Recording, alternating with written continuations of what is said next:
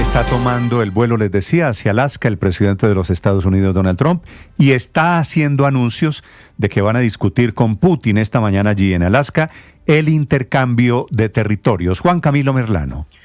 Néstor, el presidente Trump se subió al avión, al Air Force One, despegaron y habló por algunos minutos con la prensa ahí en el avión, unos 6 minutos y varios puntos sobre estas expectativas que hay a propósito de su encuentro, su cara a cara con Vladimir Putin. Dijo que si no se puede llegar a un acuerdo, que si Rusia no muestra voluntad de paz, que eventualmente enfrentarán consecuencias económicas, abro comillas, severas. También le preguntaron sobre qué está sobre la mesa para ofrecerle a Putin, si la posibilidad de un intercambio de territorios con Ucrania, como algo que él ya había mencionado en los últimos días como una posibilidad. Escuchemos lo que respondía el presidente Trump. Are the territorial swaps on the table? Will you be discussing that? They'll be discussed, but I've got to let Ukraine make that decision. And I think they'll make a proper decision.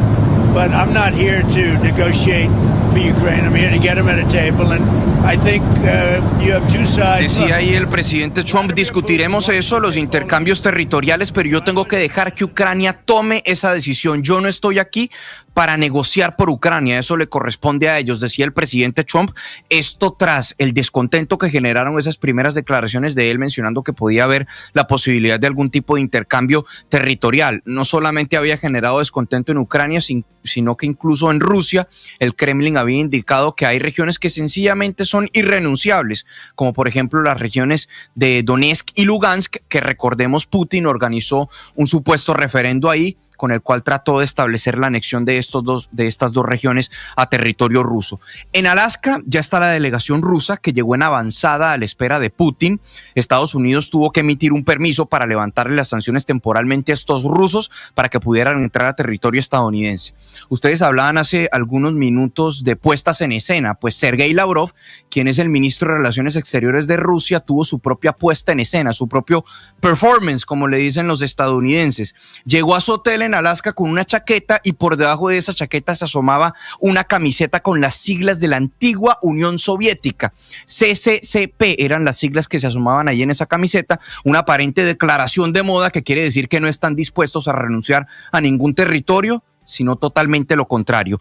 El encuentro se tiene planteado para las 11 de la mañana, hora local de Alaska, eso es alrededor de las 2 de la tarde, hora de Colombia, y se llevará a cabo en la base militar Elmendorf-Richardson, en Anchorage, ahí en Alaska.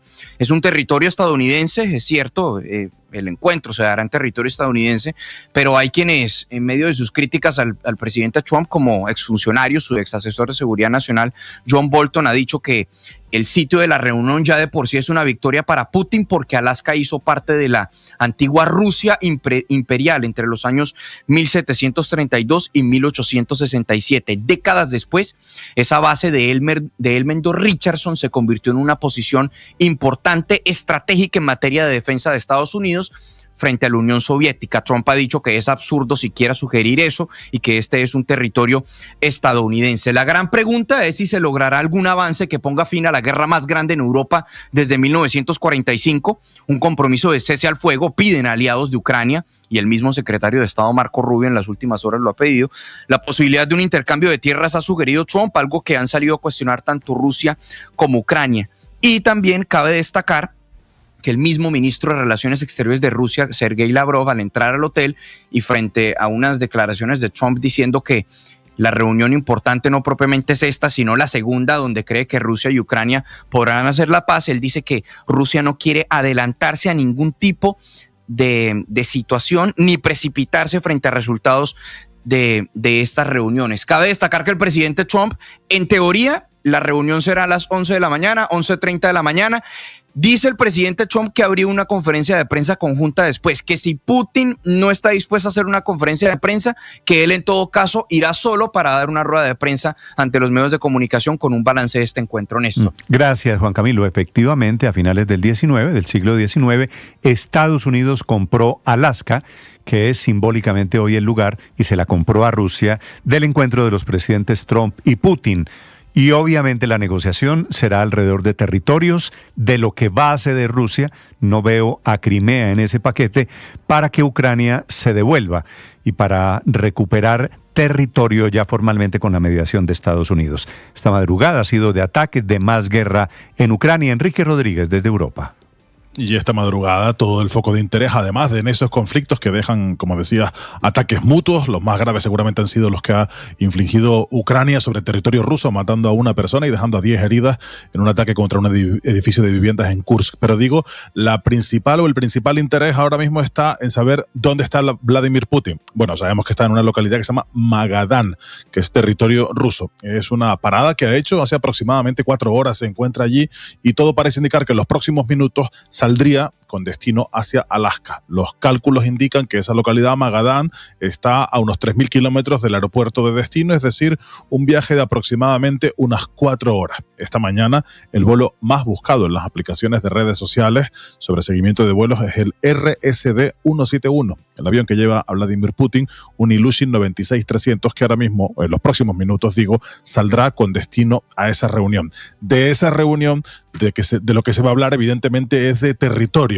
Como bien contaba Juan Camilo Merlano, Estados Unidos quiere una paz inmediata, y eso, o al menos un alto el fuego inmediato, pero eso no parece preocupar demasiado al gobierno de Vladimir Putin, que sabe que se encuentra en una situación de relativa ventaja, porque si bien contábamos que Ucrania había castigado posiciones rusas en las últimas horas, también en los últimos días Rusia ha avanzado y mucho en territorio ucraniano, porque viene sabido que de cara a sentarse en la mesa de negociaciones, quien más territorio tenga, tendrá una posición de ventaja. Y Rusia lo ha dicho claramente, no tiene capacidad para hacerse con todo el territorio ucraniano, eso no lo ha dicho, pero sí ha dicho claramente que su aspiración es que cuando termine esta guerra, todo el territorio conquistado se quede bajo control de Rusia. Eso parece poco probable o parece una salva imposible para el gobierno ucraniano, pero esa va a ser evidentemente la posición de fuerza y la posición inicial en el momento que haya unas negociaciones. Mientras tanto, los medios rusos esta mañana esperan que después de este encuentro, en reciprocidad,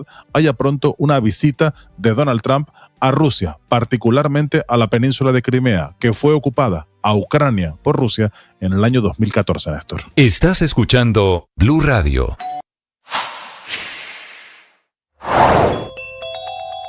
La entrada en vigencia de la reforma pensional está tambaleando y en vilo porque les quedó mal resucitada, casi 2 meses después de que la Corte Constitucional le diera una segunda oportunidad a ese proyecto, regresándolo al Congreso para que subsanaran el vicio de trámite. Ese tribunal vuelve a poner el dedo en la llaga. Para la Corte no bastaba con discutir, y se tenía que discutir ampliamente y aprobar la proposición de María del Mar Pizarro, que pedía acoger la totalidad del texto que venía del Senado, sino que debían debatir el articulado, que se volvieron a pronunciar, entre otras cosas, sobre eso en el auto 841 de 2025, planteando serias dudas sobre la validez de las sesiones extraordinarias de la Cámara del 27 y 28 de junio, en las que en teoría se subsanó el vicio del trámite, pero la Corte parece decir que no. La Cámara se basó en el comunicado, que no es vinculante,